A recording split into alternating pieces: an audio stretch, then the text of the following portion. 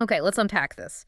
For years, there's been this idea, right? If you wanted to get into affiliate marketing, Yeah, the common wisdom felt pretty much set in stone. You, you needed a website, definitely buy a domain, get hosting. exactly, build out pages or a blog. It just seemed like, the absolute minimum requirement, the barrier to entry It almost. really did. Like Ah. your own little corner of the internet. That was the foundation for everything else. Right. But here's the thing, and this is what really grabbed me from the material we're looking at today. Okay. In 2025, the insight is you absolutely don't need a website to start earning affiliate commissions. Wow. That whole assumption, this source we've got says it's just not necessary anymore. That's a pretty big shift, especially for anyone who saw that website cost, or maybe the tech side, as a hurdle. It really is. It challenges that whole idea. So we have this article very clearly titled Affiliate Marketing Without a Website.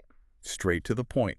Exactly. And our mission for this deep dive is basically to go through it, pull out the key points, and really lay out the specific strategies it suggests. And the tools as well. Yeah, the tools it mentions, the best practices, how to actually do this successfully without spending money on domains or hosting.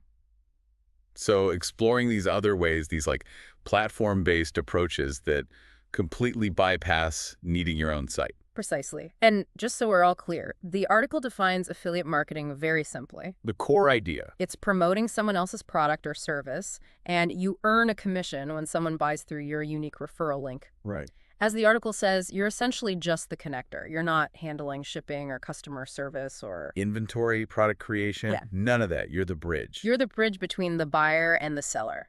And you get paid for making that connection work. Got it. And the source is quite clear about who this is really aimed at. Basically, anyone. Beginners, side hustlers.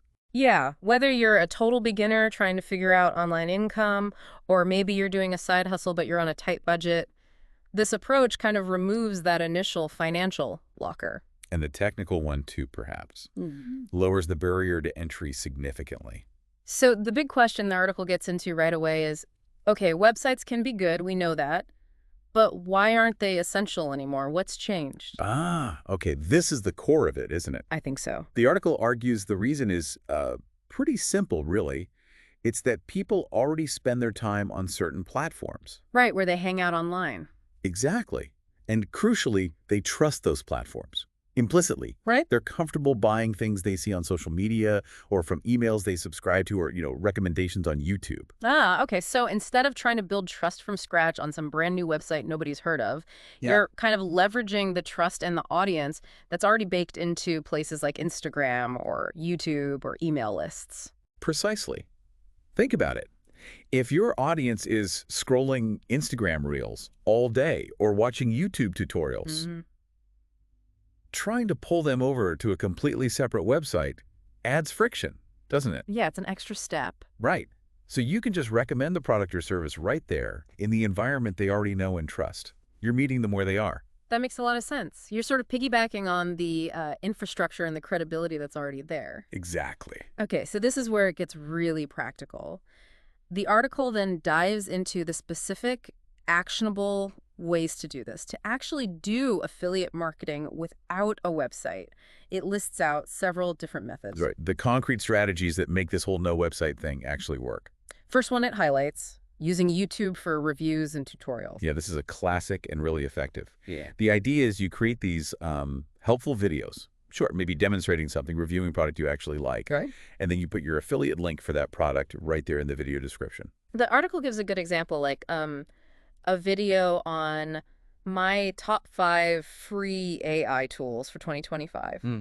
You could review the free versions, but then maybe link to the paid upgrades or related premium tools in the description, using affiliate links, of course. That's smart. It even mentions tools you could use to make the videos, like CapCut, Canva, Pictory.ai, and it points out they have free versions, which is key if you're on a budget. Yeah, mentioning the free tools is important for that beginner audience. Keeps the cost barrier low across the board, not just skipping the website cost. Okay, moving on. The next one the article talks about is email newsletters. Ah, yes. This is a really powerful one because it gives you something, well, valuable, an asset. How so? You can start a free newsletter.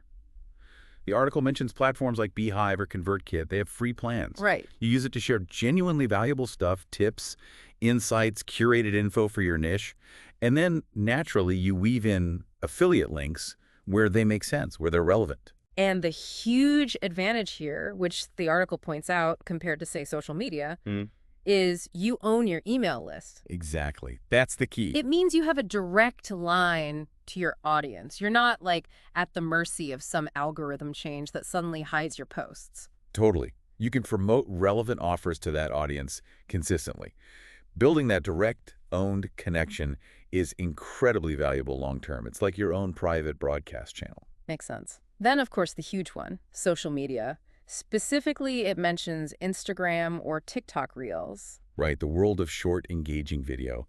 The strategy here is all about those quick, bite-sized recommendations or demos. Okay. But the challenge is, platforms like Instagram and TikTok usually only give you that one clickable link in your profile bio, right? Yeah, just the one link. So the article recommends using a tool like Linktree. Ah, Linktree. I've seen those. It's like a simple page with just a list of other links on it. Exactly. So your one bio link goes to your Linktree page, and that page lists out all the different affiliate products you're currently promoting. It's a workaround. Clever. So you can manage multiple promotions from that single allowed link. Precisely. And you can tap into trends, popular sounds, hashtags on these platforms to get organic reach. Get your content and your recommendations seen by loads of people already scrolling there. Okay, another visual one the source mentions is Pinterest pins. Yeah, Pinterest is interesting. It acts almost more like a visual search engine than just a social feed. True. So you create nice images or short videos using something like Canva, the article suggests again. Right. And you can link those pins directly to an affiliate product page. Or, another idea it suggests, link to a lead magnet that contains your affiliate links. Okay, hang on. Lead magnet, for anyone listening, that's like something valuable you give away for free, right? In exchange for an email address, usually. Exactly, like a free guide or a checklist, a template. So you might offer a free guide on Pinterest, like best home office gadgets, and inside that PDF guide, you include your affiliate links for the keyboard or monitor you recommend. That's a really smart way to do it. You give value up front, build some goodwill, and get your recommendations into people's hands, especially for topics people search for visually: home decor, recipes, fashion. Tools, yeah. Stuff people look for again and again. Evergreen content. Exactly. Okay, Facebook groups also get a mention. This involves either joining existing groups in your niche or maybe even starting your own. Right. But the absolute key thing the article hammers home here is contribution. You have to be a helpful, genuine member first. Yeah, it specifically warns against just like dropping links everywhere and running. That's spammy. Totally. You share tips, you answer people's questions, and only when it genuinely helps someone in the conversation do you maybe recommend a tool or product with your affiliate link. Makes sense. Build that relationship first. Yeah. And a pro tip it mentioned was maybe creating a dedicated resources post.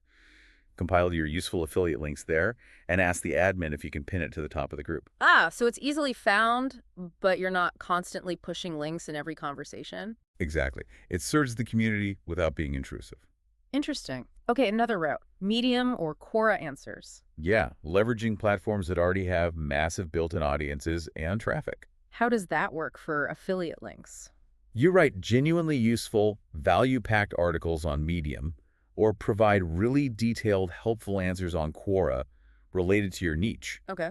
And within that helpful content, where it makes sense, you naturally mention and link to relevant affiliate products or tools that support your points. So the idea is you're kind of riding the wave of the audience these platforms already have. Exactly. You don't have to build the traffic source yourself like you would with a brand new website. You're tapping into existing communities actively looking for information, and you provide it, along with a relevant recommendation. Precisely. And finally, the article suggests creating free ebooks or PDFs. This ties back a bit to the lead magnet idea we touched on with Pinterest. Right. You create a helpful resource, maybe Beginner's Guide to Container Gardening or Top Productivity Apps for Students in 2025. And you embed your affiliate links right inside that guide, wherever you mention a product or a tool you recommend. And then how do you get it out there? The article suggests you can distribute these easily using platforms like Gumroad, which lets you give away or sell digital stuff, or even just Google Drive links or sharing them in relevant Telegram groups. So you're giving away value, building goodwill, Yeah. and your links are right there in the thing they download and keep. Exactly. It's a durable piece of content. It can keep working for you over time, potentially generating clicks and commissions long after you create it. Okay, wow. So that's, what, 7 different methods the article lays out for doing affiliate marketing without needing that traditional website? Yeah, quite a few options there. But, and this is important, the source is quick to point out that just using these platforms isn't enough, right? It's not a magic bullet. No, definitely not. There are some essential best practices you absolutely need to follow, no matter which platform or method you pick. These feel like the underlying principles that make it all work. They really are. They're fundamental. Okay, first key best practice. Pick a niche. Super important. Because when you don't have that central website acting as your sort of authority hub, establishing credibility across all these different platforms becomes even more critical. Right. So focusing on one specific area, whether it's, I don't know, sustainable fashion or specific software for architects or keto recipes, whatever, Yeah. it helps you become known as the go-to person for recommendations in that specific area. If you try to promote everything, you just dilute your authority everywhere. You become the expert in your little corner. Okay. Next, use trust-building language. And crucially, this includes disclosing your affiliate links. Absolutely non-negotiable. The source really emphasizes this. Transparency is everything. Gotta tell people. Always. Let your audience know when a link is an affiliate link, that you might earn something if they buy through it. It's not just like the ethical thing to do. Right. It builds trust. People actually appreciate the honesty. And trust is the absolute foundation if you want someone to click your link and buy, especially when they're finding you on some platform, not your own polished site. Yeah, trust is basically your main currency in this model, isn't it? It really is. Okay, third best practice. Offer value first. This connects right back to what we were saying about, say, Facebook groups or writing articles. Don't just pitch. Exactly. Don't just show up and try to sell something immediately. Yeah. Lead with content that actually helps people. Educate them, solve a problem they have, entertain them. Provide genuine value before you even think about introducing an affiliate link. So the promotion feels natural, like a helpful suggestion coming from someone they trust, not just an ad. Precisely. It should feel like a helpful extension of the value you're already providing them. Makes sense. And the final practice mentioned is track your performance. Oh, yeah. You absolutely have to know what's working and what's not. How do you do that without a website's fancy analytics? Well, the article suggests using tools like Bitly, the link shortener. Yeah. It doesn't just make links shorter, it gives you basic tracking, like how many people clicked it. Okay. Or, even simpler, just use the analytics dashboards that most affiliate programs provide themselves. They'll usually show you clicks, conversions, sales from your links. Got it. So you monitor that data To see which platforms are actually driving results for you, which specific videos or posts are getting clicks, which products are actually converting into sales. And knowing those numbers lets you, focus your effort. Exactly. Double down on what's working well and maybe adjust or even stop doing the things that aren't bringing results. You can't improve if you don't measure. Right. Data guides your strategy. It's your roadmap, basically.